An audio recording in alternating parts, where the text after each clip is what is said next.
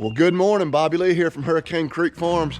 As you can see, sun is up. Got a beautiful day. I think we are under a wind advisory, so hey, you can't be 100% perfect, but we're gonna get some animals fed, get some things done. We don't know what all we'll get into like usual, but we got our typical chores we do have to get done. What do you think, Archie? You gonna help me out? I think he'll help us out. And Archie wants to remind y'all, give the video a thumbs up. It takes you a split second. We really appreciate that. Subscribe if you haven't. Let's get some things done. These bulls are wishing they were horses. Hey. No. Okay. Never had that happen before. Yeah, dude. I mean, yeah. Never know what's gonna happen here on the Hurricane Creek Farms YouTube channel. But Jenny finally decided to come up. She's always the straggler. But we'll get a little feed put out for the bulls here in a minute. So it's just a good lesson. My dad was really a little leery when I bought those two bulls because he wanted a bull. He thought we were buying Angus bulls, and it's like, well, no, they're Brangus. It's like, oh God, just a Brahma influence, a little worried about disposition. As you can see, that those guys are big puppy dogs. But anyway, we're gonna leave the ponies up as we typically are this time of year. All day yesterday on Saturday, we were at a softball tournament.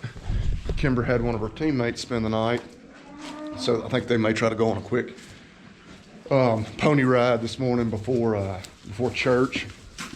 And today being Palm Sunday, I can only hope that next Sunday for Easter, we have pretty of a sunrise. Well, kicked it, I gave it a little, talking about how good his disposition is.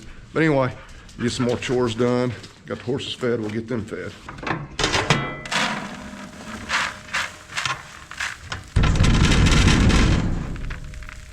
Ben's getting a little low on feed. But the bigger bin, it's basically full, so get a little feed put out for these boys. So the 6 feeder steers, all 6 of them right there. Excuse me. You can see the pen is actually staying in pretty good shape. We had rain like last Tuesday. I don't think it's really rained much since then, maybe a little. Expecting rain the next 3 days, so our mud won't get too dry. But this week, I think Tuesday, 2 more of them go to the processor. Next week, 2 go, and then the week after that, 2 go. So 2 a week for the next 3 weeks, and that'll put us out of the feedlot business, feeding to finish business, whatever you want to call it. Which we're always kind of excited to get done with them. It's just one less thing on our plate to take care of every day. And I guess didn't even mean to make the pun there. One more thing to put on our plate here in just a few weeks, but dad jokes, we're here for them. But get them fed, and not sure which 2 are gonna go. I think number 61 over there, that black one. No, that's number 1. Number 61 over there. Like, he is gonna be the biggest. Then we'll just have to pick out somebody else. It may not matter. This Jersey Brahma cross, he's not going yet. He's the one we'll keep just because it should be fine, but I'm not going to sell somebody a half dairy, half Brahma steer to eat. But yeah, we'll get them fed. And Archie, what are you eating? Eating a little grass or some buttercup there? Oh, I don't mean to ramble on, but our buttercup that we sprayed, I think it probably been 3 weeks ago today. I know it was on a Sunday. You probably can't really tell, but starting to get very much a yellowed look to it. That Cimarron we sprayed is a very slow kill, but it kills it nonetheless. So I really need to get out there and scout and see how much damage it did actually to the clover. We were hoping we were gonna hit the sweet spot where we used a rate that was gonna be effective on the buttercup, but wouldn't damage that clover too much.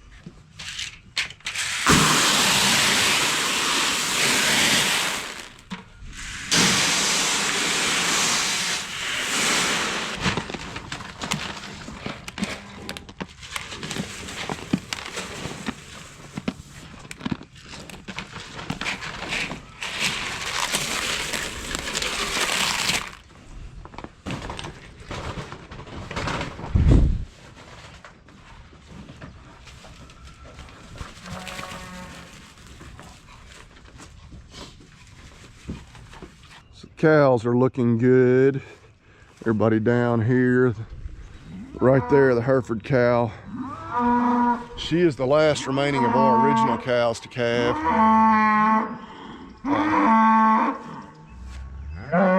So dramatic. You know, if something didn't happen to her pregnancy, I mean, we could real quickly and easily run her through the chute and palpate her. Just have not done that. But I don't know, based on our dates, she should be going like here within the next just week or 10 days. That would be the end of our calving window when she, and based off when she tested pregnant. So yeah, you wonder if A, that test may have just been wrong. It's pretty accurate, having ever had that issue in the past, or B, did she lose the pregnancy after we had tested her? You know, still early on. But you can see out here, you know, all this yellow flower and buttercup, that's what we had sprayed for in the other pastures. But you know, a lot of clover in here too, you can see, and our grasses. But we just moved them in here a couple days ago, leave them in this part of the pasture. Yeah, and then the 3 other cows that we had just bought back in December, I don't know when they'll calve. They could calve at any point. They may not calve to this fall, which, if so, we'll probably move on from them at that time, sell them, just because they won't fit in with our cows. But anyway, thing looks pretty good here. A few of them across the creek. We didn't get to look at them yesterday because it's kind of getting to be a common theme with our softball Saturdays. We leave before daylight, we get home after dark, so we don't get a chance to get out here in the pasture and lay eyeballs on these. Yeah, there's a bunch of good looking clover. Man, look at that clover there. Thing, huge leaves on it. But anyway, forage nerd.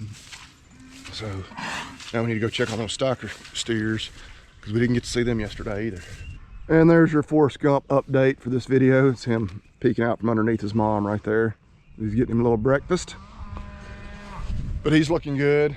Our cow that has now tried to attack us, I think, in at least 3 or 4 videos over the last few months. Striped cow right there. But we're safely across the creek from her. But man, just a beautiful morning. Beautiful morning. Creek flowing nicely. It's one of these days, especially with it being Sunday, you just really appreciate all of God's creation out here today. But anyway, we're gonna head up the road, check on them other calves. All right, down here checking on these stocker calves. You can see them, they're off on that next ridge side over there. There's a cross fence right there in the bottom, but we had opened the gate, I guess 2 days ago. That's a fairly small pasture. As wet as it has been, they probably do have water over there, but typically, especially late in the summer, they really don't have access to water when they're shut exclusively in that pasture. So I guess that's a long way of me saying, usually when they're grazing in there, we allow them access either to this one, or they can go through a gate back up there to where our stock tank is in the catch pen. But we'll see if they want to come up here and eat. We're gonna put them some feed out. Even if they don't, they may be content over there. Some of them not really knowing where all the gates and all are consistently. I doubt we're gonna get all of them to come up here, but we'll put them a little feed out anyway.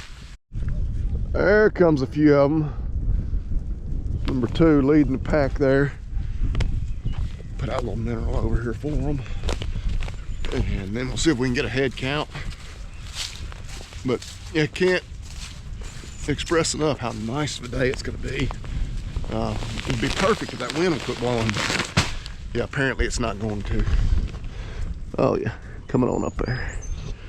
Got a little over half of them up here now, with a few more still filtering up.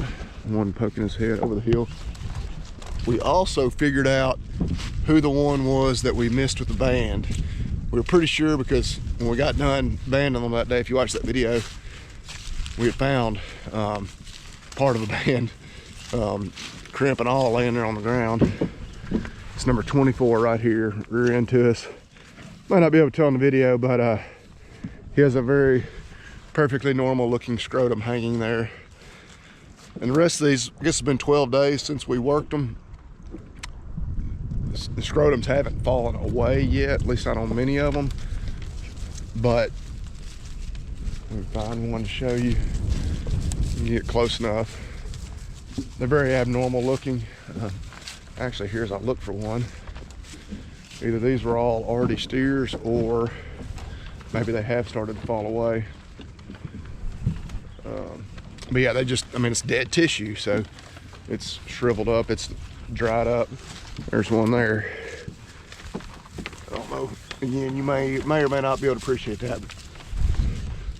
Stark contrast between that scrotum and then the normal healthy one on number 24. So we'll next time we have him, or have the whole bunch in the pasture up here that has the catch pen and all, we'll run him back through, get him banded, so he'll be a steer just like everybody else. But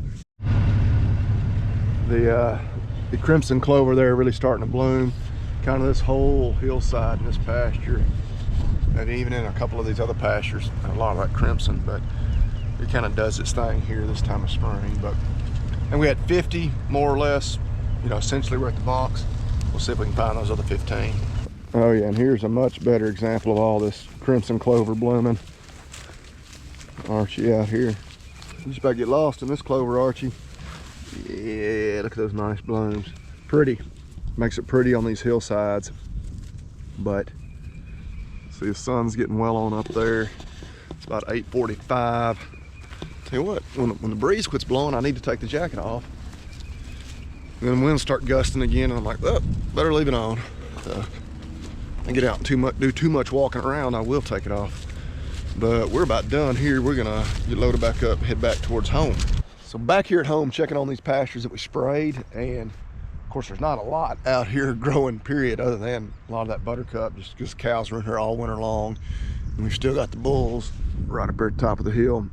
They're kind of picking around on anything, and we're keeping hay out for them because there's so little out here. But maybe right through here you can see how sickly all this buttercup looks, where that cimarron just gets a real slow kill. And there's not just an enormous amount of clover in here, but and what is in here is not real big. But yeah, you can see some right here around some of these rolls of hay. Looks like minimal, if any, damage to it. Just, yeah, you wish there was more clover in here to begin with. But what was here, maybe, kind of fingers crossed, we would have found just that right dose of that chemical to eliminate the buttercup without damaging clover. But anyway, we gonna get a bag of mineral put out for these bulls. There you go. Start on this side. Okay. Pull it right there. No, grab that tab right there and pull it. Now pull it across. Pull it. Pull it. There you go. Pull the string. Pull it. Pull it. All right, give me the trash. Yeah. All right, you're gonna dump the mineral in the feeder. Yeah. Put that in my pocket. Yeah, it'll take a while doing it like that. Do it like this.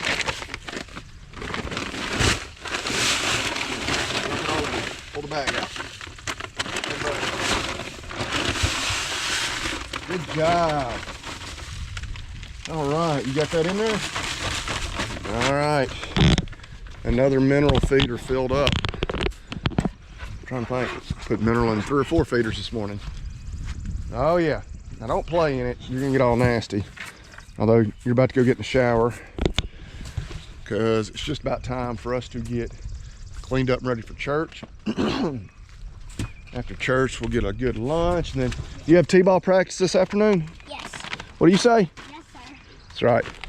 The sir, he just has a hard time remembering the sir after the yeses and nos, but I guess that's life of a 4-year-old. But as we just said, we've got a full rest of our Sunday, but kind of, for the most part, unless something pops up, maybe done with most of our Sunday farm chores. So it may just about wrap it up for another video. Didn't get into a whole lot today, just kind of some routine stuff. It was important to do because we didn't get really much anything done yesterday with as far as the farm is concerned. But keep tuning back in. We're gonna have to start getting some pasture some hay ground fertilized over these next few weeks. That's going to be a painful process just from a cost standpoint. Anybody that's paid attention to, well, I guess the price of everything is up, but fertilizer's been exponential. Willis is playing with all the tools. That's for twisting wire ties on T-post. But anyway, I'm rambling on like I tend to do at the end of videos. But appreciate y'all watching. Appreciate those of you that had a chance to listen to the Talk Dirt to Me podcast. As always, we'll have a link to that in the description. And Willis, hey, what do we say at the end of the videos? Eat beef and God bless.